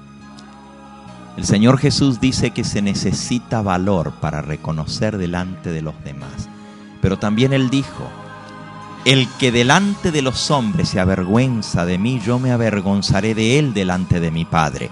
Pero el que delante de los hombres me confiesa, yo confesaré su nombre delante de mi Padre y de los santos ángeles. ¿Hay alguno aquí que quiere decir: pastor, yo soy esa alma, yo quiero confesar el nombre de Cristo? No te dé vergüenza levantar tu mano. Si Dios te está llamando a entregarle su vida, tu vida a Él, si necesitas comenzar de nuevo y Dios te trajo aquí en esta noche, no desprecies esta oportunidad. ¿Hay alguno que quiere levantar su mano y decir: pastor, yo soy esa alma, yo necesito comenzar de nuevo? Que Dios me ayude. Amén. El Señor te bendiga, joven. Alabado sea el nombre de Cristo. Amén. El Señor te bendiga.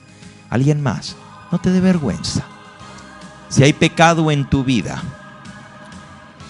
necesitas ser lavado. Si hay rebeldía en tu corazón, necesitas ser perdonado. El Dios del cielo te está llamando y Él dice: todo lo hice por ti. ¿Quieres?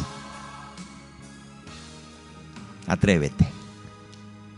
¿Quién más va a levantar la mano en esta hora diciendo: pastor, yo sé que el sermón de hoy fue para mí, yo quiero comenzar una nueva vida en Cristo, yo quiero que ese sacrificio no haya sido en vano? ¿Quieres?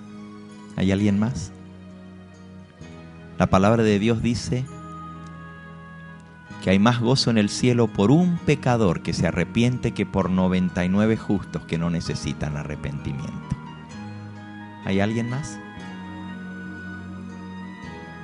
Vamos entonces a orar por estas preciosas almas que levantaron su mano. Y vamos a pedirle al Señor que selle esta decisión y que también nos confirme a nosotros. Yo voy a pedir, si hay alguna persona que está al lado de los que levantaron su mano, que los acompañen a pasar aquí adelante. Yo quiero orar por ellos. Alguien que acompañe a este joven, a esta señorita que levantó su mano, yo quiero orar por ellos. Vengan. Que no vengan solos, que alguien venga con ellos. Y si tú sabes de alguien más aquí, amén, el Señor te bendiga. Si tú sabes de alguien más que necesita pasar aquí adelante, acércate hasta su lado y dile: ven conmigo, yo te acompaño, entrégate al Señor en esta hora. Amén. Si hay alguna otra persona aquí que tú sabes que necesita pasar al frente, necesita hacer una decisión en favor de Cristo, ve hasta al lado de esa persona, invítala a pasar y tráela en el nombre del Señor.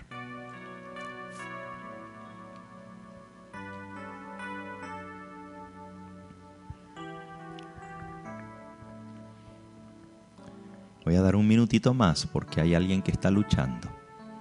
Necesita pasar. Hay alguien aquí a quien Dios está llamando. Esta es la hora de tu decisión. Ven.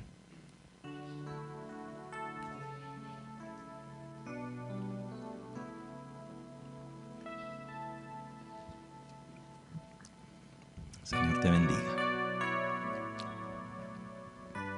Hay alguien más. Aquí hay una persona. Yo no sé quién es, pero hay una persona que está luchando en su corazón que necesita. Puede ser que ya tú seas bautizado, puede ser que hasta tu nombre está en el libro de la iglesia, pero tú sabes por qué Dios te está llamando. No le digas que no. Ven, no te dé vergüenza. No pienses, ¿qué van a pensar si yo paso al frente? Piensa qué va a pensar Jesús si tú le dices que no, porque Él es el que te está llamando. Si tú sientes en tu corazón que este llamado es para ti, ven, acércate. Yo quiero orar por ti. Vamos a cerrar con una oración. Y si hay alguno que nos está viendo por la pantalla y sabe que Dios lo está llamando, este es el momento de entregarte a Él. El Señor te bendiga. Alabado sea su nombre. Ven, acércate. Ven. El Señor te está llamando a venir a Él hoy. Ven. Amén. Alabado sea su nombre.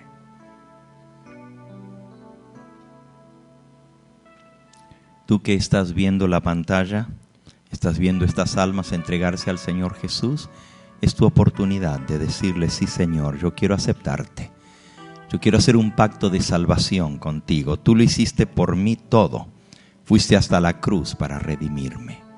Yo quiero que tú me hagas una nueva criatura. Transfórmame, Señor. No tengo poder en mí mismo. Te he fallado muchas veces, pero si tú estás a mi lado, me darás la victoria. Ven, en el nombre del Señor Jesús, ven. Vamos a orar, pero hay un alma más que necesita pasar. Hay alguien aquí que está luchando en su corazón. Hay una persona aquí que necesita conseguir la victoria en Cristo. Hay alguien aquí que sabe que Dios le está hablando a su corazón. Yo no sé quién es esa persona, pero Dios sí lo sabe. Y Él ha puesto en mi corazón que te diga: en el nombre del Señor Jesús, ven a mí. Tú me perteneces. Yo te compré, te redimí con mi sangre. No me digas que no. ¿Te acuerdas aquella vez cuando tú invocaste mi nombre? Estabas muy angustiado y me pediste y yo te respondí. Y ahora que yo te llamo a ti, ¿me vas a decir que no? Amén. El Señor te bendiga. Amén. Ven, acércate. Hay alguien aquí a quien Dios lo está reclamando. Dice: tú me perteneces porque yo te respondí cuando tú me necesitabas. Cuando tú clamaste mi nombre y dijiste: Dios mío, ayúdame. Aunque tú no me servías de corazón, yo te respondí tu llamado. Hoy que yo te llamo a ti por nombre, no me digas que no. Ven, porque yo te compré, me perteneces. Acércate a mí porque tú eres mío. Ven. ¿Quién es esa persona? Dios le está llamando. Ven.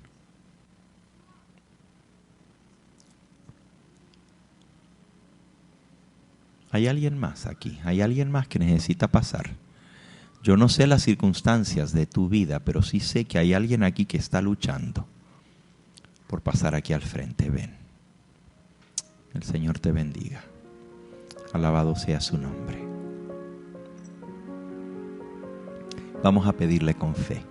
Vamos a pedirle que Él nos limpie y que Él nos haga nuevas criaturas en Cristo. Vamos a postrarnos.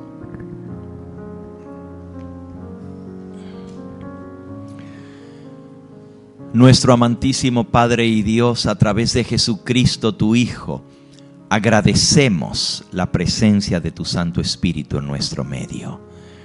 Señor, tú nos has llamado. Tú dijiste que nadie puede venir a ti si el Padre que te envió no nos trajere. Y te damos gracias, Señor, por habernos llamado y habernos traído. Mira, Señor, estas almas que están aquí al frente tienen sus luchas, tienen sus tribulaciones, sus caídas, sus tropiezos. Pero tú sabes, Señor, que te amamos de todo corazón. Tú sabes que queremos agradarte y servirte. Aquí hay almas, Señor, que han tomado la decisión más importante de su vida, que es entregarse a ti a través del bautismo. Sella esta decisión para vida eterna. Hay otros, Señor, que han pasado aquí adelante porque han sentido que tú les has llamado en forma directa, que tú quieres hacer una obra en su vida como nunca antes habían experimentado. Tú quieres un nuevo comienzo en ellos. Y por eso, Señor, te alabamos. Y te damos gracias porque para ti no hay nada imposible. Lo que los hombres dicen que es imposible, para ti todo es posible. Por eso te pido que hagas el milagro en cada vida. Sella esta decisión. Que no sea por emoción, sino por convicción. Y que los lleve a caminar en tus caminos y a servirte de todo corazón. Mira, Señor, a cada una de estas almas, son preciosas delante de ti. Recíbelas. Y así, Señor, como en el sueño del cristiano, que vio su propio rostro en el rostro del soldado, te damos gracias porque también nosotros hemos reconocido que fueron nuestras actitudes y nuestros pecados los que te causaron el peor de los sufrimientos. Perdónanos, Señor, y límpianos con tu sangre preciosa. Que al levantarnos de nuestras rodillas tengamos la seguridad de que tú nos aceptas, no porque seamos buenos, sino al contrario, porque somos pecadores y lo reconocemos, pero creemos que en la sangre de Cristo somos perdonados. En ese nombre precioso, en ese nombre que tú dices en tu palabra que está sobre todo nombre, en ese nombre que tú dices que aquel que invoque el nombre del Señor será salvo. Ese nombre invocamos, Señor, en esta hora para nuestra salvación, en el nombre precioso de Jesús. Amén, Señor. Amén. Amén.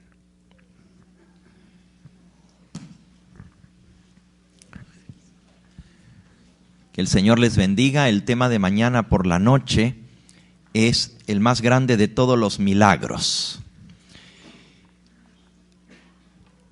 Queremos recoger las hojitas amarillas que entregamos a la entrada. Este fue el Evangelio Eterno, su programa cristiano de actualidad bíblica, trayendo al mundo la verdad presente.